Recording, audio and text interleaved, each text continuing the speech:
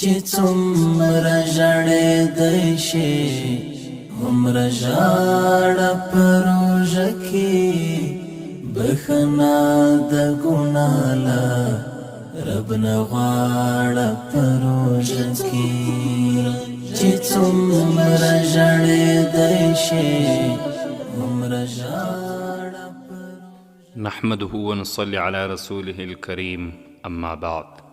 د روژې د ځانګړې خپرونې مینوالو په دې هیله چې جوړ او روغ به یاست. دا دی زه محسن احسان یو ځل بیا ستاسو سره روژه په اسلام او ساینس کې خپرونې له لارې یو شوی یم په دې هیله چې ته پای تر شیبو را سره مل پاتې شئ. درنو او قدرمنو اوریدونکو، نن یوه اهمه او ضروري مسله باندې خبرې کوو. هغه مسله چې موږ ولې 20 رکعاته تراویح کوو. پر 20 رکعاته تراویح باندې 21 دلایل لرو چې نن به ستاسو په درانه حضور کې کښېږدو. هومره ژاړه په روژه کې بخښنه د ګناه له رب نه غواړه په روژه کې شي هلته بیتنده د کوثر په اوبو. دا یو ورور پوښتنه کړې ده، وایي زموږ په سیمه کې اهل حدیث سلفیان سته. دوی وایي چې سنت تراویح 12 رکعاته دي او وایي چې 20 رکعاته تراویح نسته. تاسو د دوی په ځواب کې څه وایاست؟ مفتی عبدالغفار جبیر صاحب ځواب ورکړی دی. اول، نبی کریم صلی الله علیه وسلم په روژه کې 20 رکعاته تراویح او وتر کول. مصنف ابن ابي شیبه 394 صفحه 2 جلد. دویم، رسول الله صلی الله علیه وسلم 20 رکعاته تراویح بیله جماعت او وتر ادا کوله. بیهقي 2 جلد 496 صفحه. دریم، رسول الله صلی الله علیه وسلم 20 رکعاته تراویح او 3 وتر ادا کوله. مجموع الزواید 3 جلد 172 صفحه. سلرم، رسول الله صلی الله علیه وسلم 20 رکعاته او 3 وتر ادا کوله. کتاب الترغیب الرازی.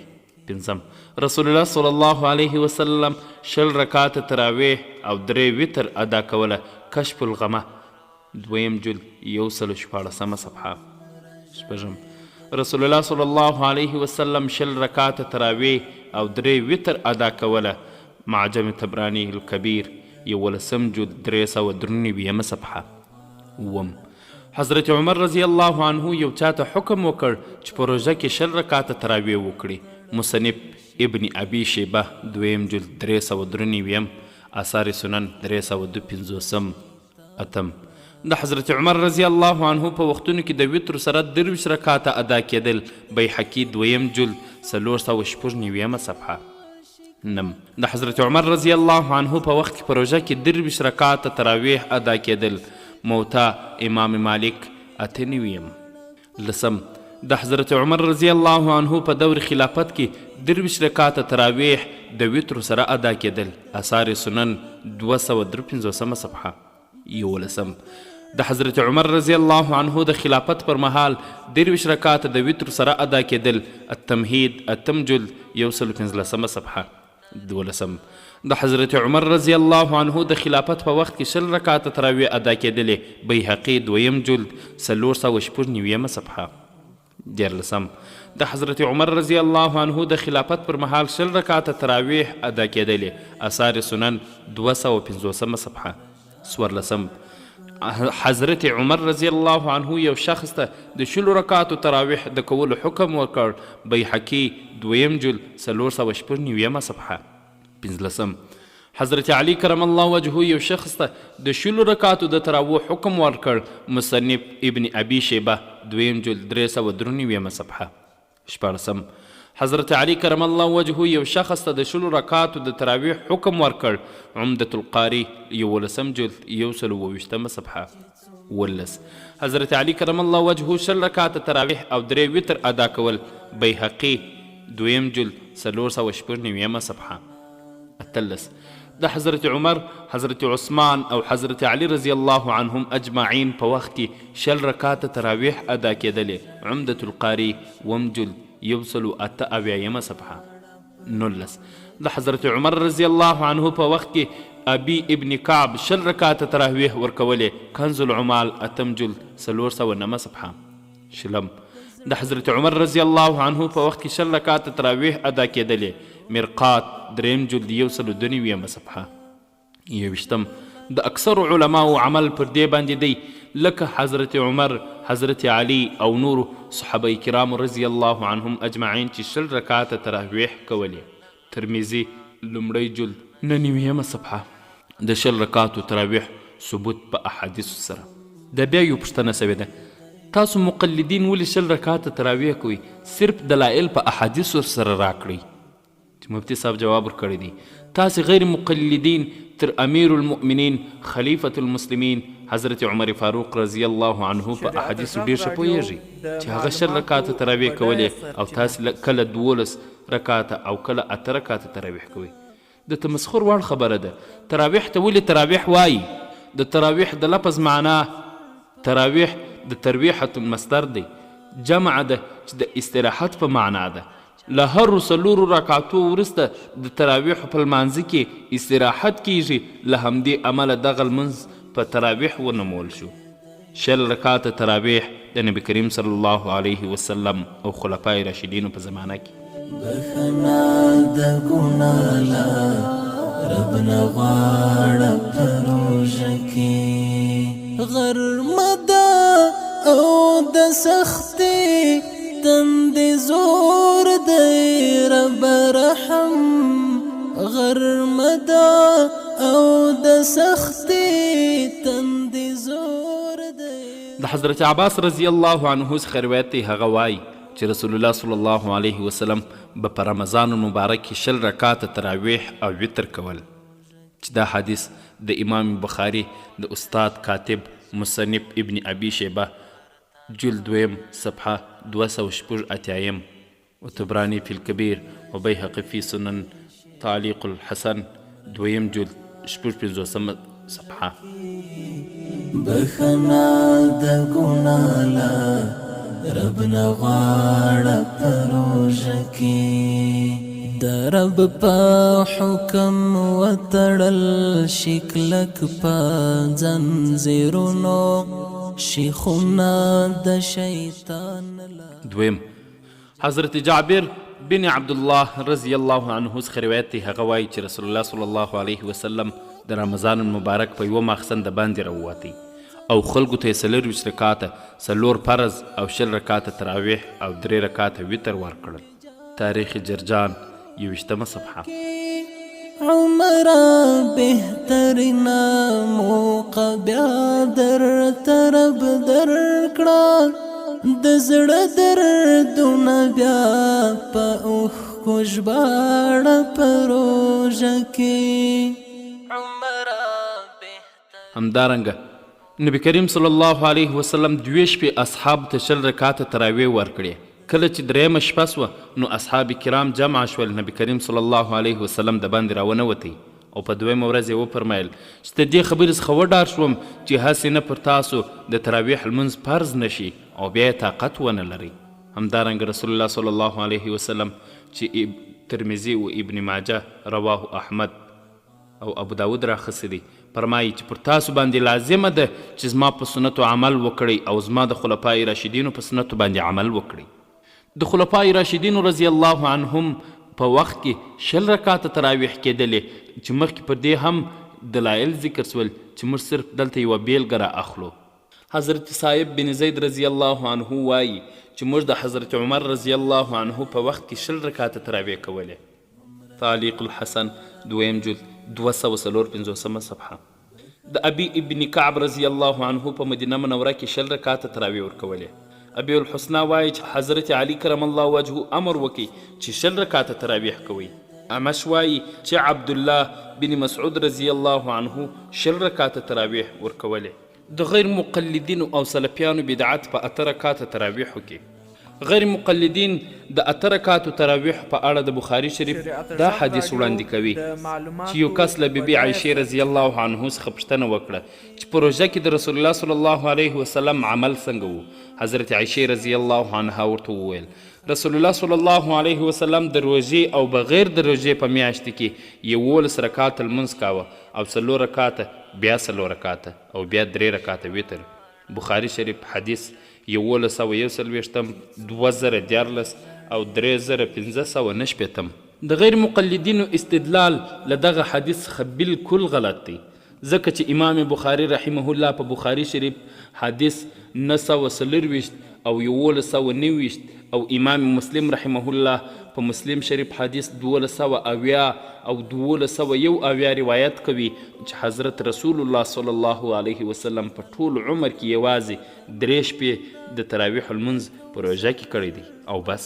حال دا چې حضرت بیبي عایشه رضی الله عنها په دې حدیث کې د هغه لمانځه یادونه کوي چې رسول الله صلی الله علیه وسلم به په شپه کې کاوه او هغه په ټول کال کې دا لمونځ کاوه، که هغه د روژې میاشت وه یا نورې میاشتې وې چې د شریعت په اصلاح دغه لمونځ ته تهجد وایي. د روژې د ځانګړې خپرونې مینوالو خپرونه ادامه لري خو لنډې دمې وروسته. د رمضان میاشتې زما معشوق د رمضان میاشتې د قدر غېږې د قرآن میاشتې زما معشوق د رمضان میاشتې زما معشوق د رمضان میاشتې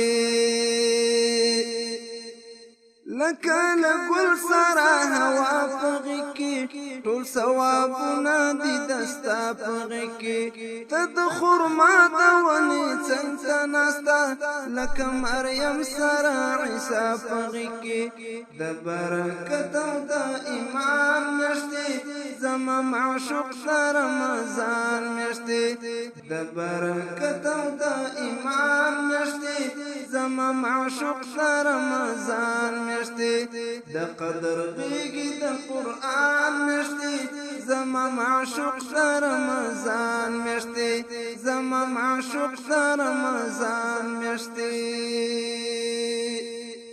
قربان قربان دې رنګ دې څومره معصوم لکه د بدر د شهید د ماشوم د ګړندي شمال په شان نبي لاس پورې کړی په سخا ستا په نوم د روژه ماتې د اذان میاشتې زما معشوق د رمضان میاشتې د روژه ماتې د اذان میاشتې زما معشوق د رمضان میاشتې د قدر غېږې د قرآن میاشتې زما معشوق د رمضان میاشتې زما معشوق د رمضان میاشتې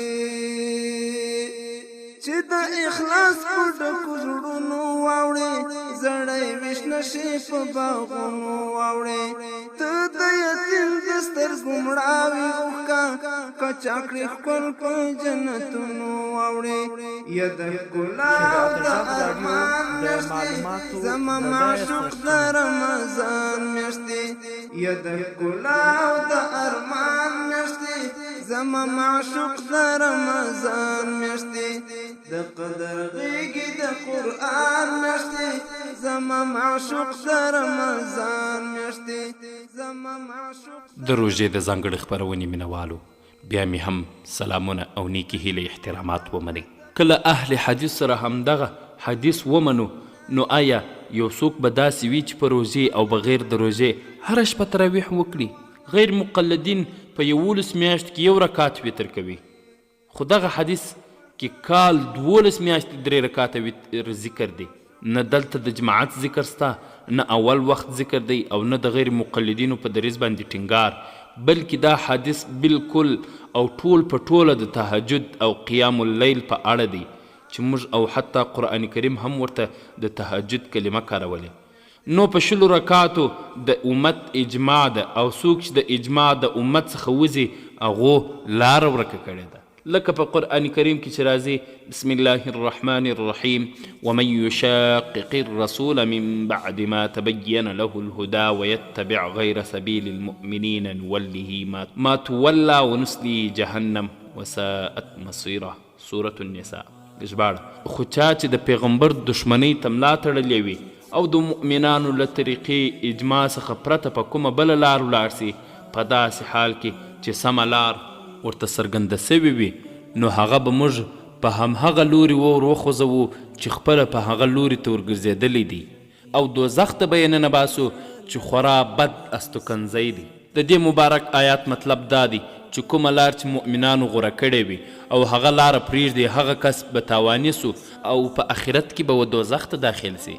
او په حدیث متواتر المغنی کې راغلی چې رسول الله صلی الله علیه وسلم فرمایلی دی من شذ فی النار. ژباړه هر چا چې بیل مذهب له اجماع د مسلمانانو څخه غوره کړ ځای دوزخ دی. ټولو غیر مقلدینو ته چلنج. غیر مقلدین په تراویحو یا د روژې په میاشت کې دغه لاندې کارونه کوي. دوی حضرات لطفا د دغه لاندې کړنې په یوه حدیث شریف د بخاري شریفې سره ثابت کړي. فورا د ماخستن د لمانځه څخه وروسته 8 رکعاته کول او دغه لمونځ ته تراویح نومول. تراویح د روژې په ټوله میاشت کې کول. تراویح په جماعت سره کول. تراویح په مسجد کې کول. تراویح 2 رکعاته کول او قرآن کریم په تراویحو کې ختمول یا ختم کول. غیر مقلدین حضرات لطفا لاندې سوالونو ته ځواب ورکړي. اول لکه څرنګه چې په مرفوع احادیثو کې د سهار لمونځ، د ماپښین لمونځ، د مازدیګر لمونځ، د ماښام لمونځ، د ماخستن لمونځ، د اختر لمونځ، د اشراق لمونځ او د تهجد لمونځ راغلی دی، آیا په یوه مرفوع حدیث کې د تراویح نوم راغلی دی؟ دویم آیا رسول الله صلی الله علیه وسلم فرمایلی دی چې تراویح او تهجد یو لمونځ دی؟ دریم آیا نبی کریم صلی الله علیه وسلم فرمایلی دی چې 11 میاشتې چې کیږي هغه تهجد دی او په رمضان کې چې کیږي هغه تراویح دی؟ څلورم آیا رسول الله صلی الله علیه وسلم فرمایلی دی چې که تهجد 11 میاشتې کیږي نو د شپې په اخر کې دی کیږي او که په رمضان کې کیږي نو د ماخستن د لمانځه څخه دی وروسته وسي؟ پنځم آیا نبی کریم صلی الله علیه وسلم فرمایلی دی چې تهجد په ټول کال کې یوازې کوئ او صرف په روژه کې په جماعت سره کوئ؟ شپږم که چیرې تراویح تهجد وي او د ماخستن د لمانځه څخه وروسته ادا کړل سي او بیا د شپې په اخره کې جلا تهجد وسي آیا دا سنت دی که بدعت؟ صریح حدیث ذکر کړی. اوم په حرم شریف کې د ماخستن د لمانځه څخه وروسته 20 رکعاته تراویح کیږي او بیا د شپې په اخر کې تهجد کیږي. که دا عمل د احادیثو مطابق دی یو حدیث ذکر کړی او که چیرې د احادیثو خلاف عمل دی آیا دا بدعت دی؟ یو حدیث ذکر کړی. اتم امام المحدثین حضرت امام بخاری رحمه الله تراویح جلا کولی او تهجد یې جلا کول آیا دغه عمل سنت دی او که بدعت؟ نم که چیرې یو څوک 2 ځلې تراویح وکړي او یا 2 ځلې تهجد وکړي آیا دا عمل سنت او که بدعت دی؟ یو صریح حدیث ذکر کړی. لسم وتر د تراویح وروسته ادا کیږي او که د تهجد وروسته ادا کیږي یو صریح حدیث ذکر کړی. یو لسم آیا د وترو په ادا کولو سره تهجد، وتر او تراویح ټول ادا سول که یا؟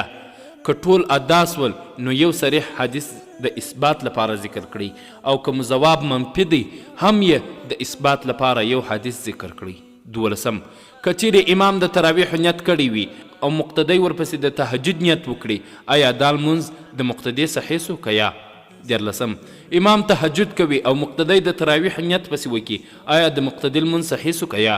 څوارلسم امام د تراویح نیت وکړ، ځینو مقتدیانو یې د تراویح نیت وکړ، ځینو یې د وتر نیت وکړ او ځینو یې د تهجد نیت وکړ، د کوم یو لمونځ صحیح او د کوم یو لمونځ فاسد سو؟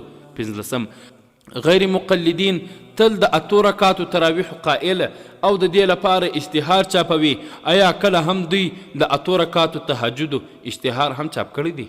په دې 1400 کالو کې په حرمینو کې 20 رکعاته تراویح سوي دي. شیخ عطیه سالم مدینه منورې مخکینی قاضي او مدرس په حرم نبوي متفقه 1999 عیسوي یوه رساله په نوم د التراویح اکثر من 1000 عام من المسجد النبوي لیکلي چې هغه په معتبره حواله سره لکه حدیث، تاریخ له 1400 کالو راهیسې هغه په ثبوت رسولی چې په مسجد نبوي کې 20 رکعاته تراویح شوي دي. دا تعامل متواتر او متواسر د امت اسلامي دی چې د تراویح شمیر له 10 څخه کم نه دی. همدارنګه شیخ محمد علي سباوني رحمه الله استاد کلیة الشرع والدراسات الاسلامیه په جامعة القرى مکه مکرمه یوه رساله په نوم د الهدى النبوي صحیح في صلاة التراویح طالب او خبره کړې چې هغه هم په اثبات رسولي چې د خلفای راشدینو له وخته تر اوسه پورې په مکه مکرمه کې او مسجد الحرام کې تراویح تل 20 رکعاته دي. نشي د زړه للما در نشاړه پروژه کې چې څومره ژړېدی شي هومره ژاړه پروژه کې بخښنه. د روژې د ځانګړې خپرونې مینوالو، زموږ د نن ورځې خپرونه په همدې ځای پای ته رسیږي. تر بیا چې ستاسو په درانه چوپړ کې حاضرېږو، تاسو ټول په لوی الله جل جلاله سپارو. السلام علیکم ورحمة الله وبرکاته. تنتظر قدومك يا أمي في كل صباح يا أمي أقطف دوما أحلى الزهر سارق أطر كل البيت تنتظر قدومك يا أمي أمي قد أصبحت أكبر سارة أيضا كبرت أكثر ننتظر قدومك يا أمي أمي أمي أمي